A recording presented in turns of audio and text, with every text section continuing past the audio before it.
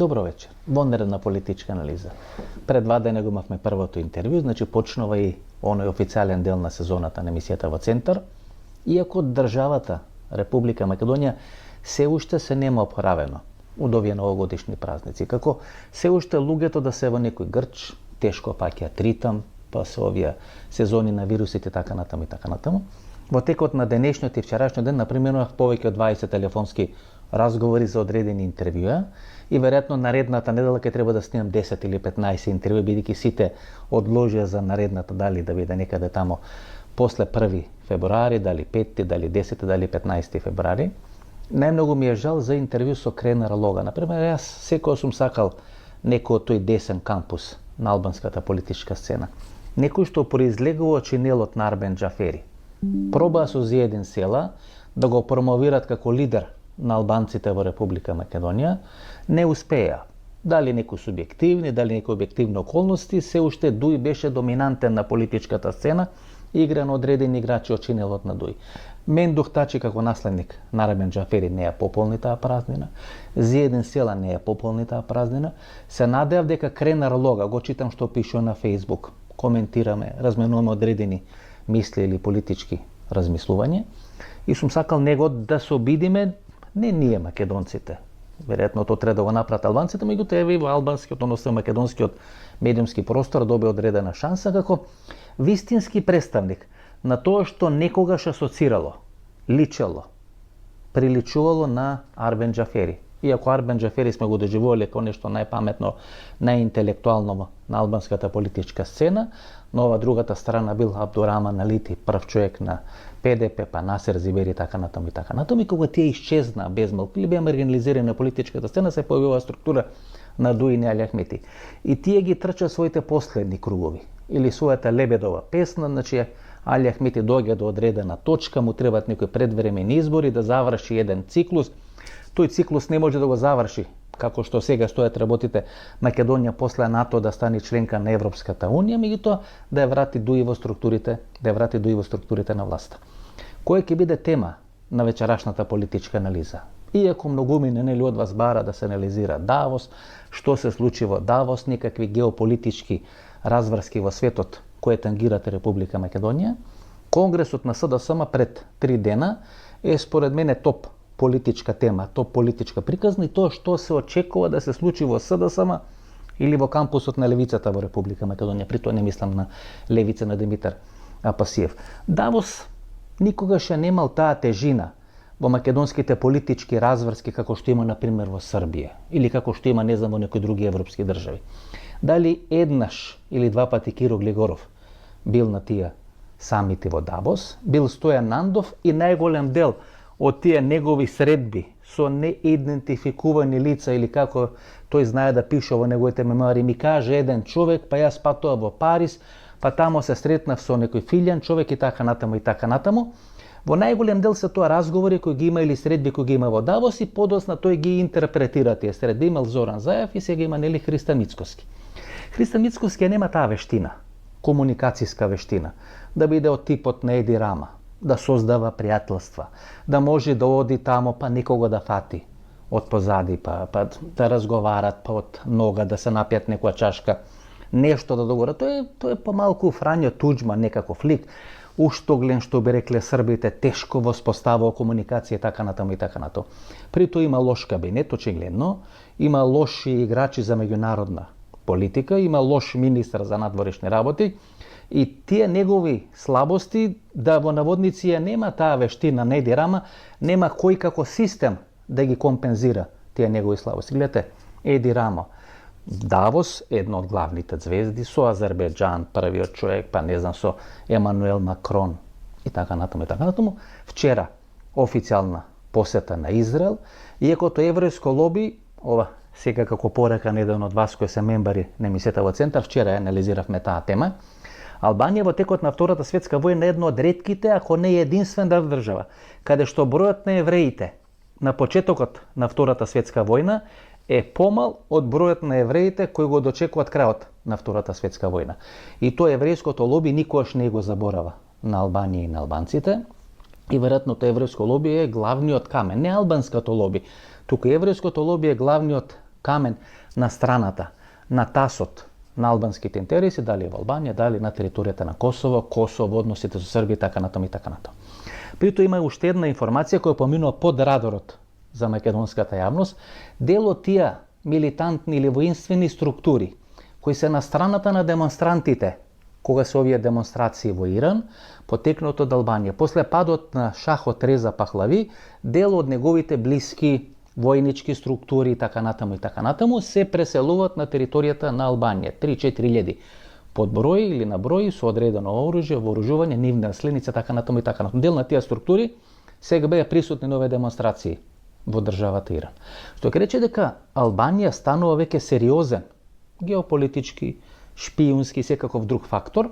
Ние сме помалку или малку повеќе трнати на страна. Неуспешна е таа посета на Давос, освен некакво протоколарно патување, снимање, шетање, така натаму нема некакви видливи резултати. Така што ние ќе го анализираме Конгресот на СДСМ, бидејќи преку анализа на Конгресот на СДСМ, а таму има 3 структури, и преку анализа што де факто се случува, како ферментират работите во тие 3 групи, 3 структури на СДСМ, ние всушност нема да објасниме само што се случува во СДСМ, туку што ќе се случи на македонската политичка сцена.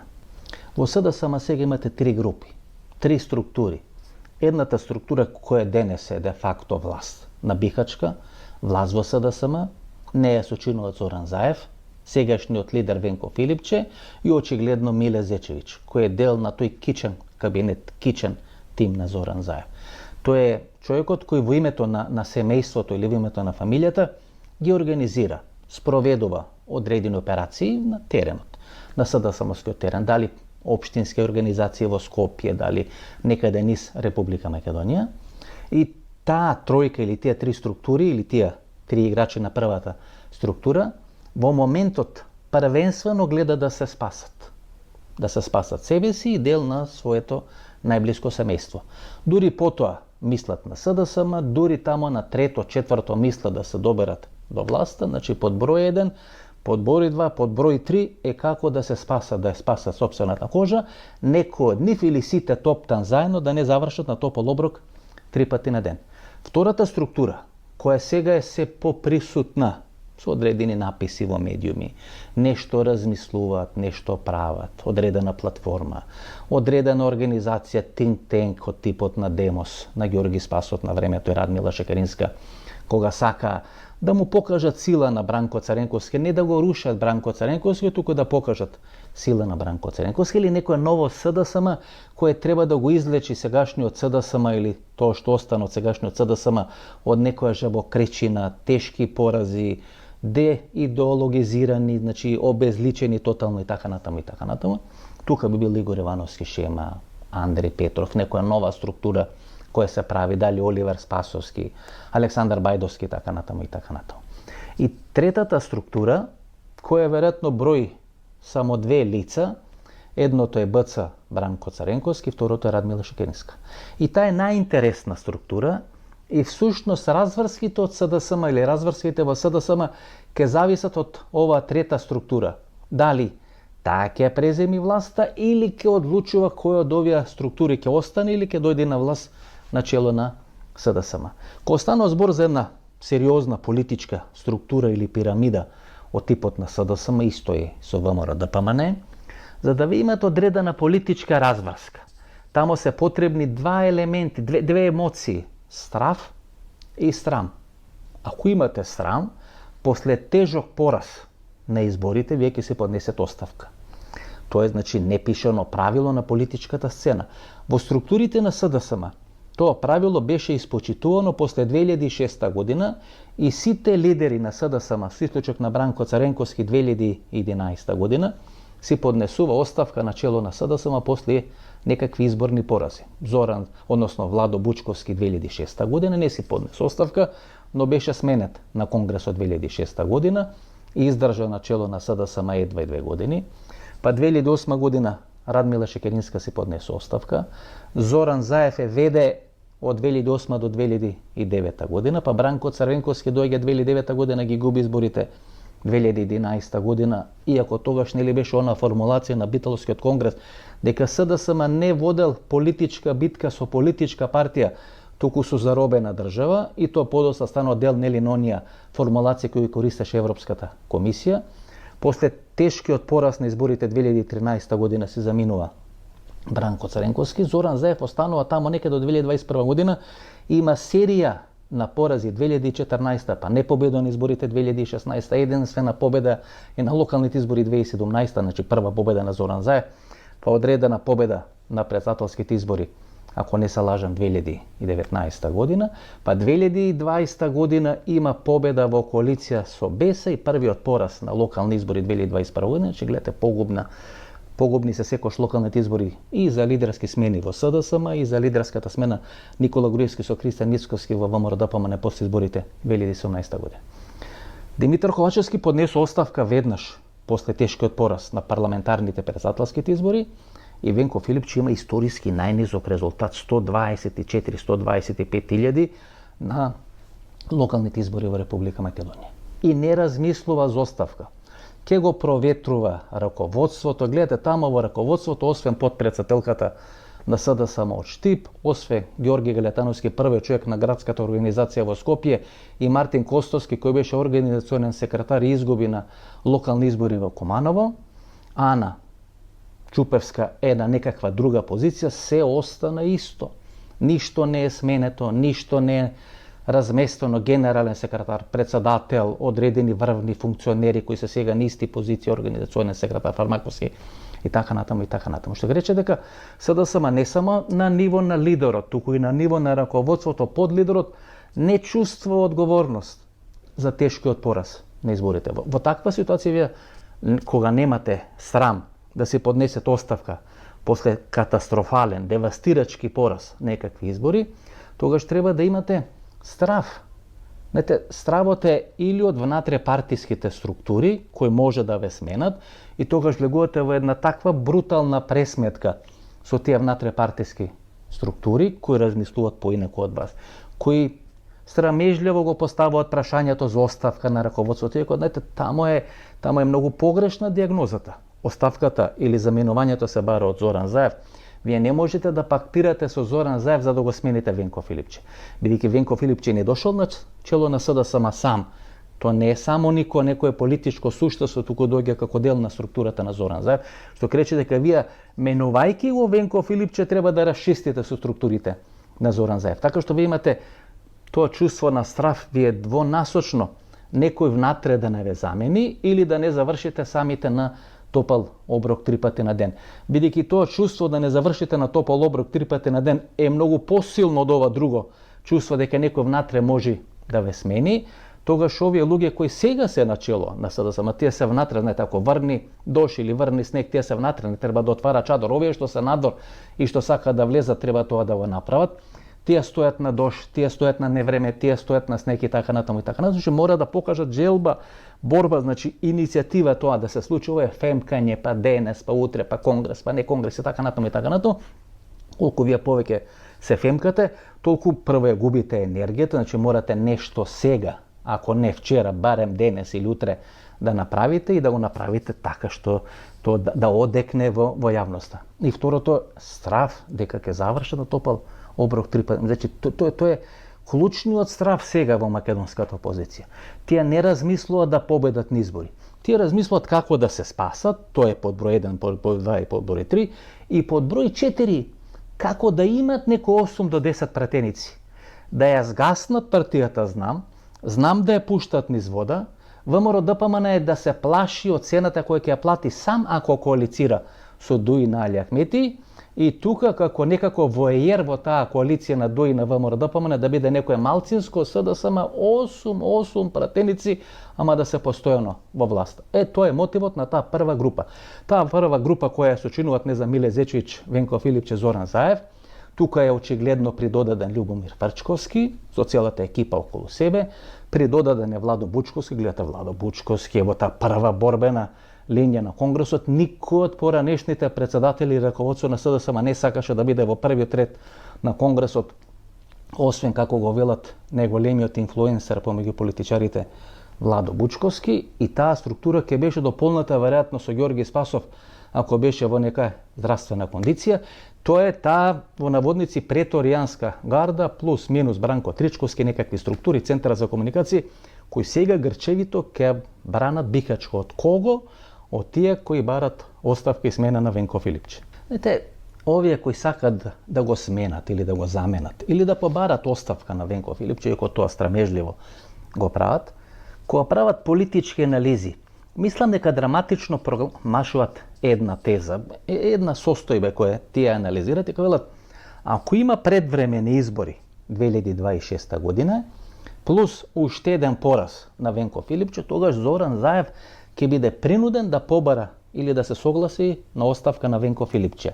Ако ќе биде сменет Венко Филипче, некој нов Димитар Ковачевски, но повешт, поинтелигентен, поискусен политички, ќе може да ја намали полека да ја намали политичката тежина и цена на Зоран Заев. При тоа, нели, Оливер Спасовски се гледа во таа улога. Тоа е, нели, единствената роља во која може да игра Оливер Спасовски. Бидејќи ви Оливер Спасовски не можете да го продаете како ново лице на СДСМ, бидејќи тој бил вториот човек во структурата на Зоран Заев. Зоран Заев, председател на партијата, Оливер Спасовски, генерален секретар. После Конгресот 2013 година, тој двоец доаѓа на чело на СДСМ, плюс Радмила Шекеринска, која е избрана како заменик председател на СДСМ. Значи, тоа е тројката. Во таа тројка, всушност е одлучено, односно во таа двојка, всушност е одлучено Димитар Ковачевски да биде наследник на Зоран Заев на чело на СДСМ. Ако се прават одредени политички приказни зошто Димитар Ковачевски, обично Зоран Заев е кажува приказната, бидејќи тој има подеднакво добри односи и релации со Петре Шилегов, со Оливер Спасовски, со Радмила Шекеринска и со Венко Филипче, бидејќи тие четворица имале амбиции да го наследат Зоран Заев на чело на СДСМ. И знаете, тоа и одговара, а и не одговара на реалноста, бидејќи Радмила Шекеринска во еден временски период беше сменат од функцијата министер за одбрана.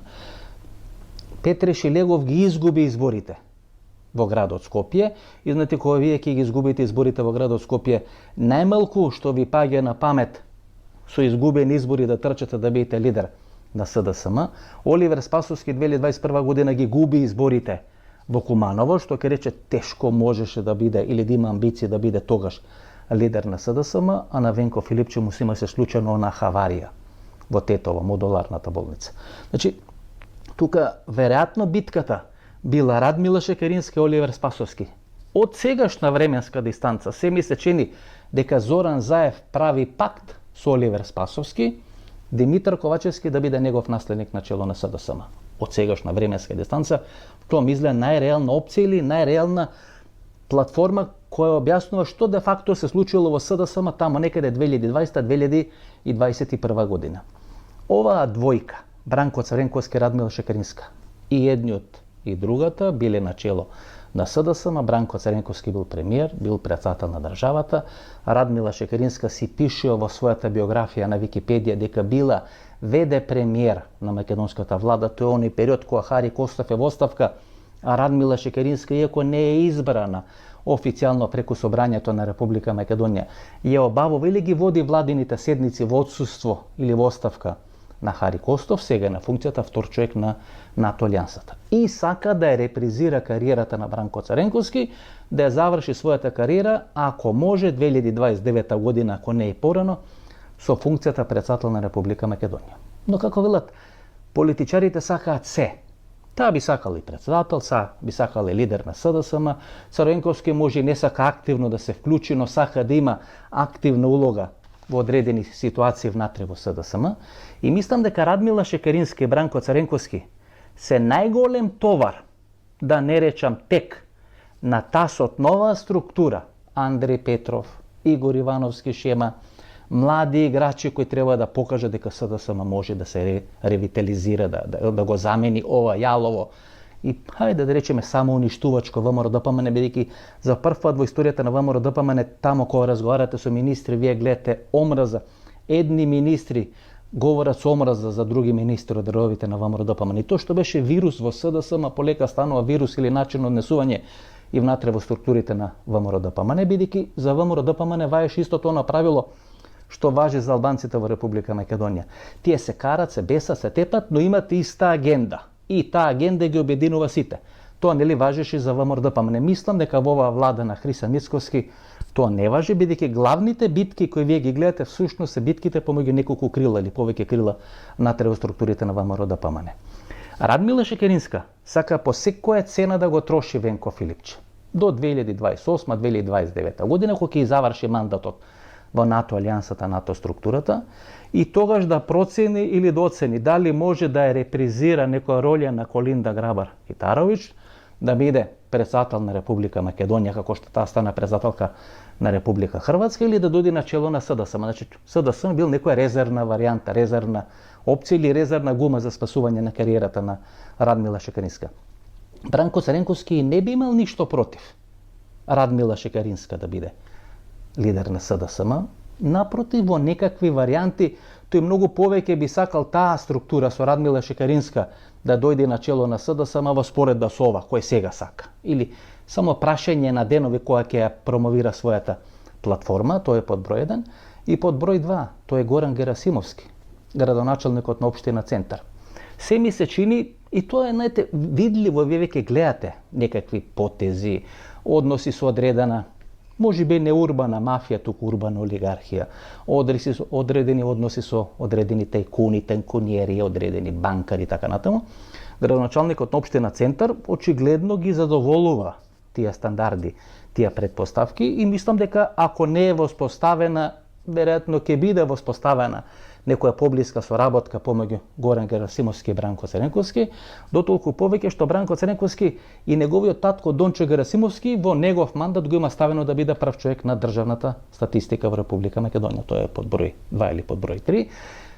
Во структурите на знам, не знам дали нијансирате еден процес на ферментирање, кога Максим Димитриевски се помалку се бави со натре партиска проблематика во знам, кога ќе почувствува дека е загрозен или дека е загрозен повеќе од тоа што треба, или дека тоа може да му загрози некоја позиција во владата или во односи со јавноста или на политичката сцена, тој ќе направи некакви шатл турнеи, ќе посети некои општински организации, меѓутоа таму очигледно Горан Минчев, генералниот секретар и министар во влада на Христијан Мицкоски, се повеќе ја зајакнува својата позиција во партиските структури. Тоа кореспондира со намалување на политичката мок, политичката тежина на партијата Знам. Полека после локалните избори гледате замира и структурата на Димитар Апасиев и на Левица. Со Амер Меценовиќ тоа ќе беше на многу посериозна структура. Амер Меценовиќ на чело на таа партија, ако не е фронтмен на некој обединување на Левица, ќе е составен дел на обединување на Левица, бидејќи со Димитар Апасиев тоа е секогаш некаква гума или приврзок за спасување на структурата на Сашо Мјалков или Никола Груевски во врвот на ВМРО-ДПМН. Плюс под број 4 гледате конфликт во врвот во структурите на МАНУ, каде што се бара оставка од Живко Попов од страна на претходниот шеф или прв човек на МАНУ, господинот Лјупчо Коцарев, и тоа е конфликт внатрешен во делот на десницата. Знаете, Живко Попов кој заврши во еден дел на својата кариера во партијата на Лјупчо Георгиевски, па се врати назад во ВМРО-ДПМН, формално или неформално, неговиот син беше прв човек, мислам дека се уште прв човек на младите, нуњата на млади сили на ВМРО-ДПМН. Живко Попов заедно со уште еден-два доктори, Сашко Кедев, не знам, Борче Георгиевски, беа 2, 3, 4 играчи од медицинската фела, значи кремот на медицината во Република Македонија, кои се препознаваа дека се ВМРО-ДПМН, и со напад на Живко Попов вие всушност го напаѓате Христијан Мицкоски, што рече дека има одредено ферментирање натре во структурите на ВМРО-ДПМН. Значи Бранко Цренковски ќе игра на Горан Герасимовски и ќе игра на Радмила Шекеринска. Радмила Шекеринска ќе игра само за себе, и тие тешко ќе дадат подршка на ова група, ќе дадат ако веќе морат, ако веќе видат дека се победници. Во таква една констелација, за вие да го поразите Зоран Заев и Венко Филипче, ви требаат многу поголеми фајтери од Оливер Спасовски, бидејќи филозофијата на Оливер Спасовски е да оди да се договори со Зоран Заев за да го смени Зоран Заев. Знаете, тоа во политиката не поминува. Во политиката ќе тргнат по вас или ќе ве следат ако вие покажете сила и капацитет на терен да манифестирате моќ. И кога ќе манифестирате моќ, значи вие не може да станете лидер ако не влезете во конфликт со претходниот лидер. Салонско примопредавање на власта немало во ниту една политичка структура, освен во СДСМ, каде што тамо на Жими мајка се предава власт, гледате Димитар Ковачевски го вадат, па го носат, па не знам го вадат. Христо Мицкоски беше донесен, се обидува нешто да прави и затоа е ова клякава структура сега, ситуација внатре во ВМРО-ДПМН, бидејќи Мицкоски не успеа да се наметне во однос на Никола Груевски. Има таму одредени пазарења, има договарање, триумвират, 4 триумвират и така натаму и така натаму. И тоа, знаете, во овој моменту, кога Македонија не знае каде доди, ви имате две доминантни структури кои не знаат како да владеат. Едните нема шанси да дојдат на власт во блиски дни, на вторите се на власт, со апсолутна власт, а во Република Македонија никош не било по-хаотично. Гледате овој телефон, купен е некаде пред 3 години. Пред 3 години бил топ телефон. Не е лош и сега, ама за 3 години или за 4 години ќе биде тотално бескорисен телефон. Ке можете да го продаите или да го поклоните, никој нешто посебно нема да се радува. Бидејќи во меѓувреме техниката, телефоните, мобилната техника има отидено толку напред што никој нема да биде ни толку заинтересиран ако сте го продале или сте го поклониле пред 3 години би биле стрекни, вау. Сега исто така биле стрекни, за 3 години биле многу малку стрекни. Тоа е, знаете, исто и во одредена политичка партија, која прават одредени политички анализи. Сите политички анализи од типот, ако има предвремени избори, тежок пораз на Венко Филипче, тоа ќе значи неминовно 2 тешки порази за минување на Венко Филипче од политичката сцена, намалување на политичката сила или политичката мок на Зоран Заев. Јас напротив, еден дел од мене мисли дека Зоран Заев по секоја цена сака предвремени избори во Република Македонија. И дека Зоран Заев преку тие своји линкови врски со Христо Мицкоски притиска да има предвремени избори во Република Македонија.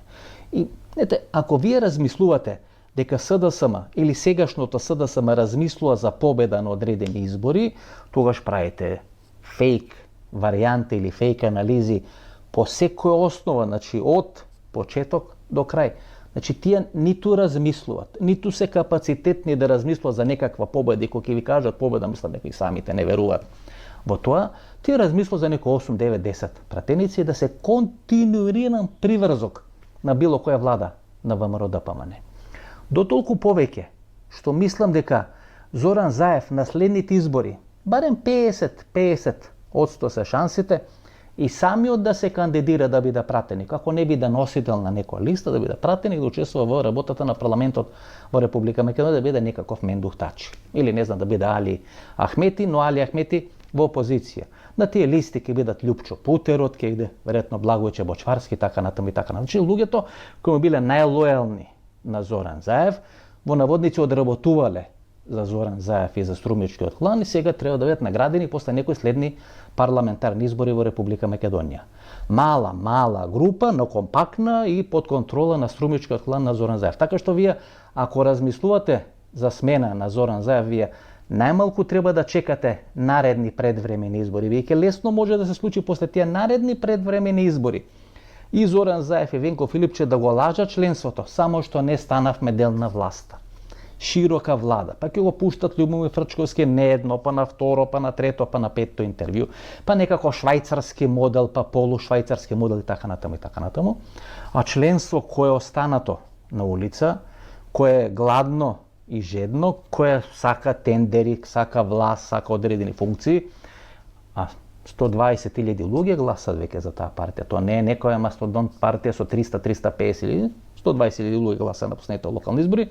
Вие лесно ќе најдете 1.000-2.000 луѓе кои ќе ги вработите, па делови на нивната семејство и така натаму и така натаму. Така што тежок пораз на СДСМ не е опасно за Венко Филипче и Зоран Заев. Опасно за нив е ако останат надвор од власта. Ако со 10-12 пратеници се дел на власта, тоа е добитна и супер добитна комбинација за нив. Тоа е под број 1. Под број 2 гледате локални избори. Оливер Спасовски сметаше дека со помош на тие локални избори и со избор на негови градоначалници, не знам, Крива Паланка, Македонска Каменица, Крушево, можеби Валандово, првенствено Куманово, дека ќе може да ги порази во исто време и Христијан Мицкоски, читај Максим Димитриевски, и Венко Филипче, читај Мартин Костовски. И дека во оној момент кога неговиот кандидат ќе победи на изборите во Куманово, тогаш или тој ќе биде кандидат за лидер на СДСМ или Оливер Спасовски е набранот на таа победа ќе биде кандидат за лидер на СДСМ. Гледајќи го тоа, мислам дека Венко Филипчи, Зоран Заев по договор со Христо Ницковски се издоговорија и направија се тие кандидати на Оливер Спасовски во Крушево, Македонска Каменица, не знам, во Куманово, да ги изгубат изборите. На тој начин всушност е елиминиран Оливер Спасовски како главен играч на политичките разврски. Тој може да биде сега дел на екипата која ќе се бори за некакви промени во СДСМ. Ми доаѓаме до Андре Петров и до Игор Јовановски Шема. Два играчи кои биле блиски во еден временски период до Бранко Црвенковски. Единствено со помош на Наташа Саво. Јас неколку пати кажувам дека Наташа Саво со сите слабости и мани е најдобриот ученик на Бранко Црвенковски и логистиката со која располага Наташа Саво за незиното функционирање или функционирање на незиниот систем е важно да има и добри релации со ВМРО-ДПМН, да има некакво влијание врз политичките разврски во СДСМ, располага и со медиумска одредена логистика на социјални мрежи. Таа логистика им е неопходна за да се спротистават на оваа црна кампања кој е Центарот за комуникација на СДСМ преку одредени соопштенија, преку одредени пресконференции, настапи, така натаму, ги испраќа до македонската јавност. Сушност Центарот за комуникација на СДСМ не се бори со власта, туку се бори со политичките неистомисленици, нешто слично како што беше во ВМРО-ДПМН во времето кога им се закануваше некаков мериот конгрес.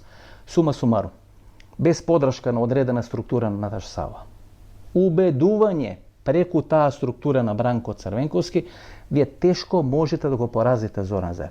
Зоран Заев функционира, го купил телефонот, тој е негов, дали е нов, дали е стар 3 години, дали е стар 6 години, негов е телефон, дал пари, платил пари и тој ќе прави со тој телефон што сака. Тоа е денешен СДСМ.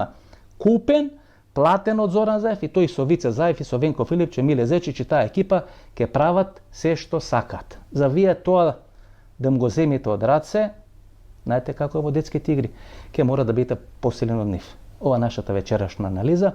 Наредната недела ќе се обидеме да ги ененсираме тие 3 групи во Министерството за внатрешни работи, кои што всушност се покажуваат, ако нема некои актуелни политички настани, кои всушност покажуваат какви се конфликтите внатре во ВМРО-ДПМН. Се гледаме недела и наредниот вторник. Пријатна вечер.